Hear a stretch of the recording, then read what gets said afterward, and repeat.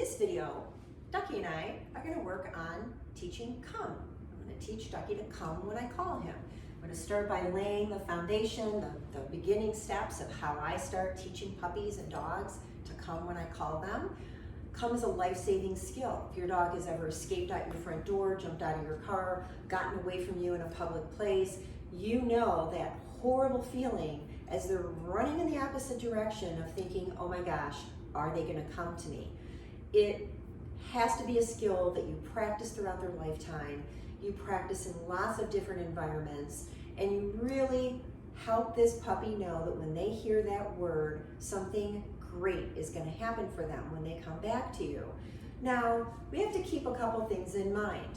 When we're working out in the environment with our dog, which is typically where we're going to be needing to call them to come to us, you're competing with the environment, things that they hear, see, smell, things that could be much more important than you, and we're asking them to just abandon all of that great stuff and come running back to you for a little pat on the head. Well, you know, probably not going to happen.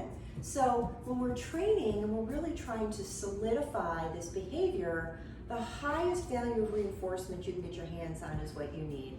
I reserve very specific treats for working with my dogs outside because they're high value. The dogs only get them when we're training outside, and boy, they really motivate them to participate in the training with me.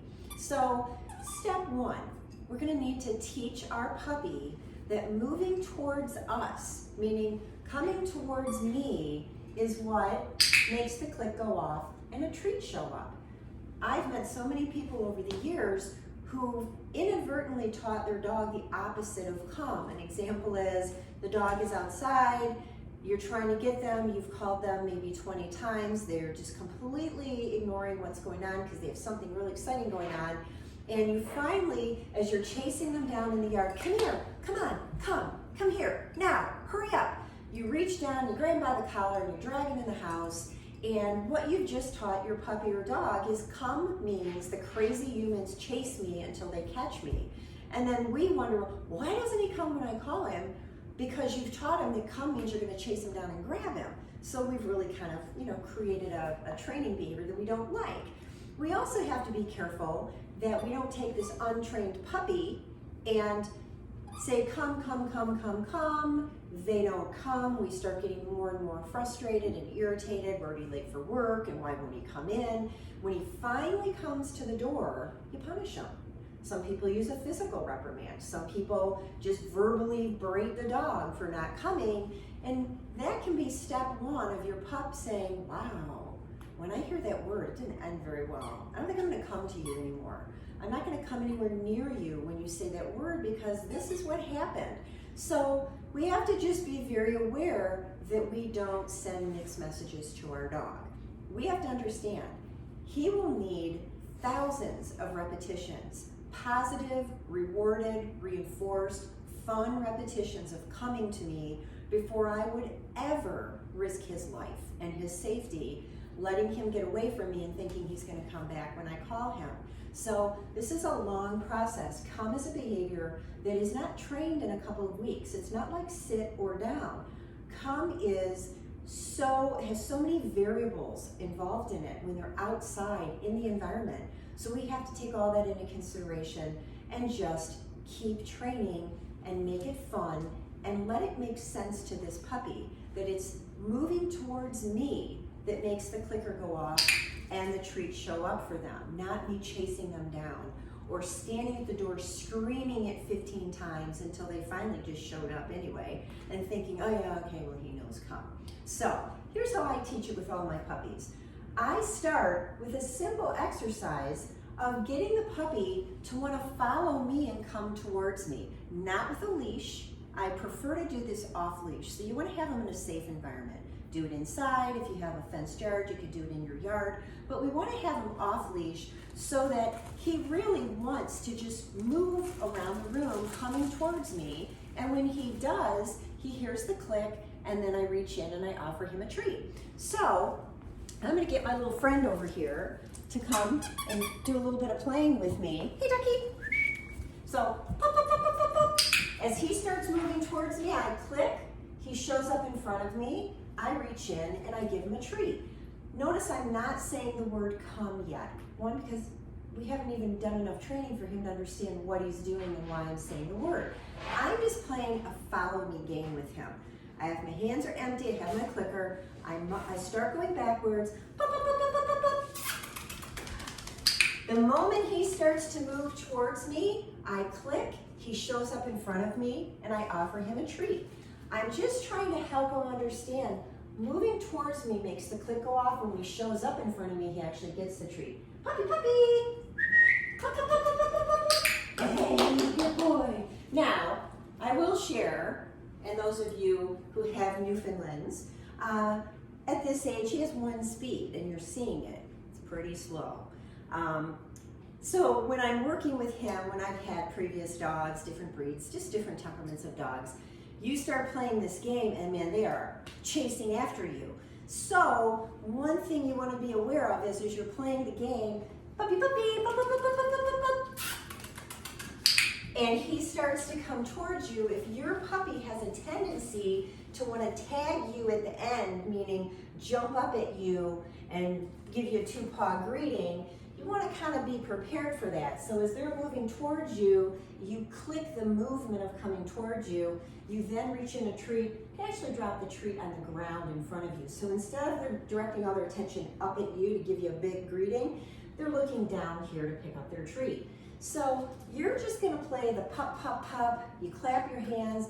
You can use your hands. You can get really animated. All I'm really trying to do is get the dog wanting to move towards me. Again, no leash, you're not pulling him. This is an off-leash exercise. So once I have him consistently, puppy, puppy, pup, pup, pup, pup, pup, pup, moving towards me and coming towards me, then I'm going to be able to add the word come. And how and when you add the word is really important. I need to connect what he's doing with what I'm saying. So when I get his attention in a moment and I start backing up, the moment he takes one or two steps towards me, that's when the word come is going to come out of my mouth. And as he keeps moving, I'm going to click. And when he shows up in front of me, I'm going to reach in and give him his treat. So he starts to learn moving towards me, hearing the word come means go towards the person that's saying it without the need for a leash to yank him in, or I have to say it 30 times. I only want to say it one time, and I'm really just watching him and clicking and treating based on what he's doing. So we'll give it a try here and see if Speedy Gonzalez here will participate. So, hey puppy, pup, pup, pup, pup, pup, pup, pup. Come. Good boy, what a good boy. He will not win any agility trials, but he is a really good puppy dog. So with your puppy, you're going to be doing the exact same thing.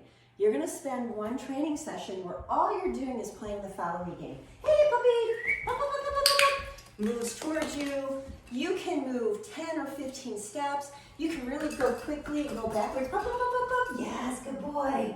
You know, if your puppy's really loving the game, most puppies get pretty excited and they start jumping into the game. This is actually getting really excited for Ducky, believe it or not.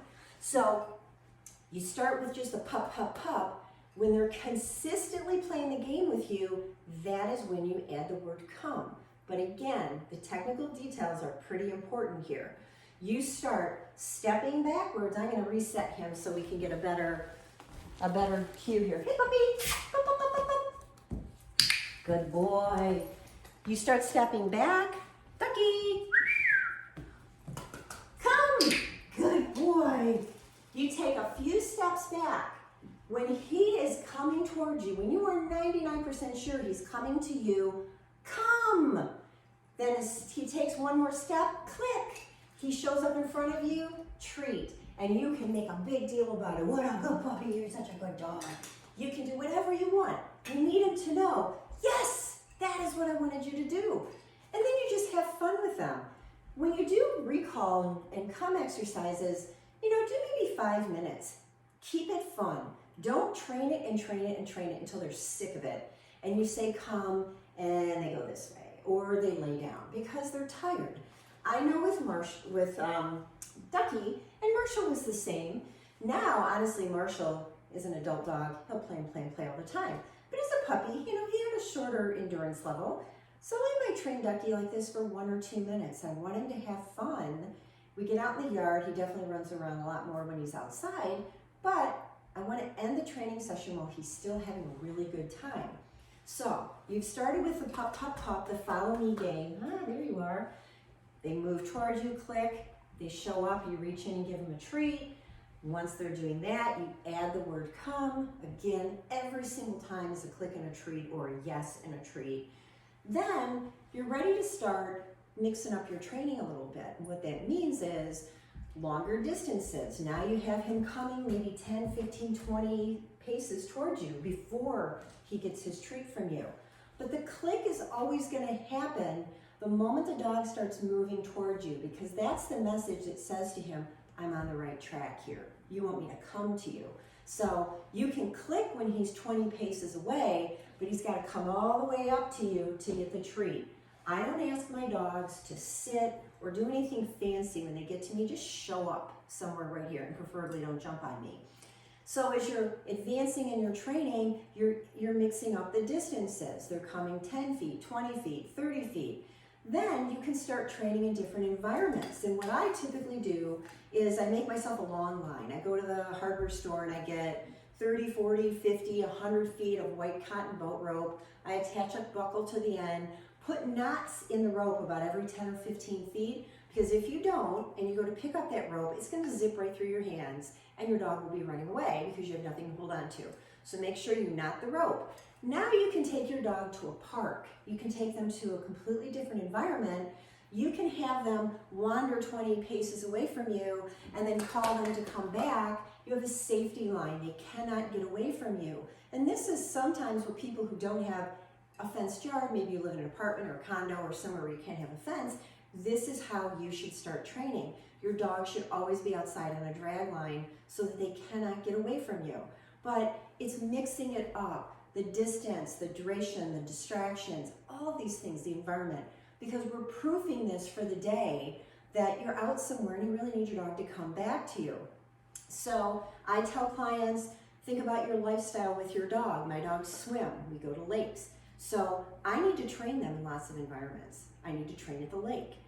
If you're a hiker and you're going to go to the woods, you need to train in the woods. You can't just think this only pertains to your backyard. It needs to generalize to the lifestyle you're going to have with your dog. But the foundation is that this puppy or dog wants to come towards me, not because I'm shaking treats or showing him treats, but because I'm just using lots of excitement and prompting to get him to come running towards me. The click marks the behavior, then the treat shows up. So start with the small little practice sessions, build up their ability, to train for longer periods, and highly reinforce this behavior because it truly is one of the most important skills you can teach your dog.